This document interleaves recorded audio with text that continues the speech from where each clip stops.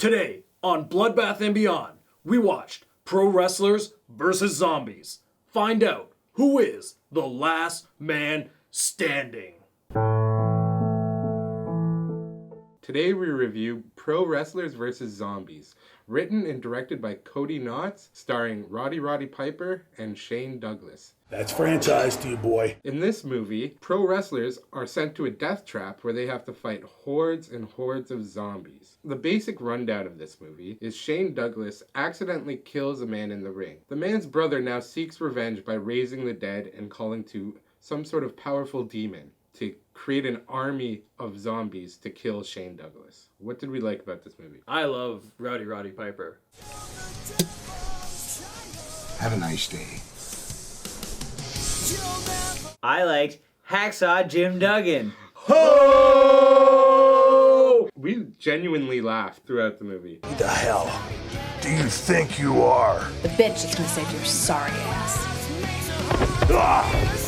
When they talk about this stuff, I like that they actually used wrestling terms and wrestling maneuvers. Actually, speaking on this, which is kind of wrestling moves, is smashing guys with pots. Roddy Piper hit one of the zombies with a pot, probably like 10 or 15 times, and actually hurt him. To make it all things right in the world, they gave him the pot. I absolutely love that scene. Being a fan of Roddy Piper, he was notorious for smashing people in the head with a coconut. I just see him grab the coconut. Yes, this is awesome. Childhood relived. Considering it was on a micro budget, there was a lot to enjoy. They actually just got picked up by Troma for DVD distribution, which is awesome, and they're hitting a few theaters, which is actually really good for this low-budget film. Watch this movie simply because, A, I think you might actually kind of enjoy it, but just to support this kind of movie.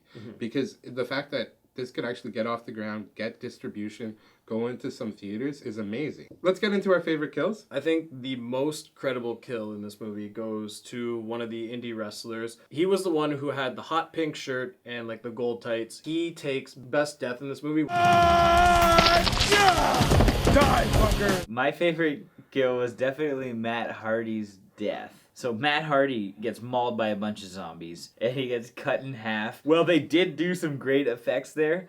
It just really had me cracking up by the fact that he was like wrapped around like this little quarter and like hiding half of his body. The final credible kill in this is the sacrifice, because you see him take the knife, vertical cut, puts his hand in, pulls out a heart, very good looking heart, and he eats it. So let's get into what we didn't like about this movie. Obviously, the story was a little bit of a weak point, but you're not watching this movie for a well thought out plot. We see this occult demon master guy like 4 times in the movie. At least give us something like how or why. Yeah, like a one-off explanatory sentence, scene, something. I mean, there was a lot of like wasted time, like showing like still shots of the prison or like driving by that could have been used towards telling us how he's talking to the floating head. We shoot our own things, and there's a lot of time where we have to do our own audio dubbing. In this movie, they did a lot more than should be necessary for somebody who's making a film. You're still alive. Oh my god, oh my god!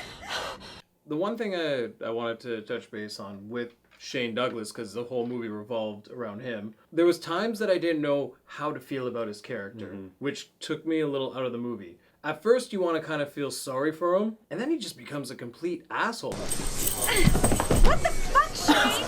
He's responsible for pretty much everyone's death.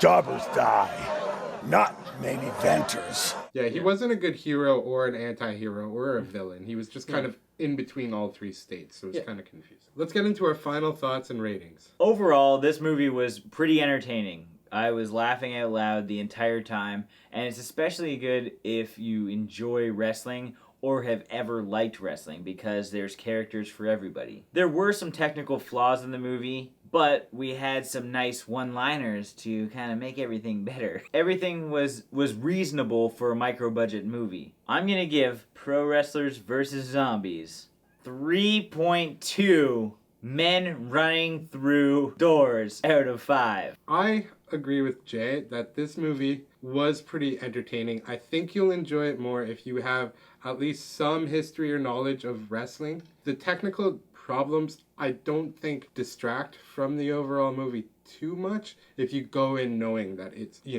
micro budget film. So I enjoyed it. You guys should check it out. Support these types of movies. So I'm going to give this movie 3 2x4 handshakes out of 5. Being a fan of wrestling, I really enjoyed this movie. I loved seeing some of my favorite wrestlers in a movie, and the fact that they played themselves made it even more entertaining for me. Knowing the history of wrestling and a lot of the backstories with each character, it really brought it home for me because they did a lot of the things that they've done in storylines that I've seen growing up, which was a nice touch. Though the technical problems were there, it delivered exactly what the title said it was. I'm going to give this 3.5 Kurt Angle ankle locks turned into foot smashing weapons out of 5. What the hell? So that's what we thought about the movie. Let us know how you feel in the comments below. Like this video, subscribe to the channel, and tweet us with any recommendations.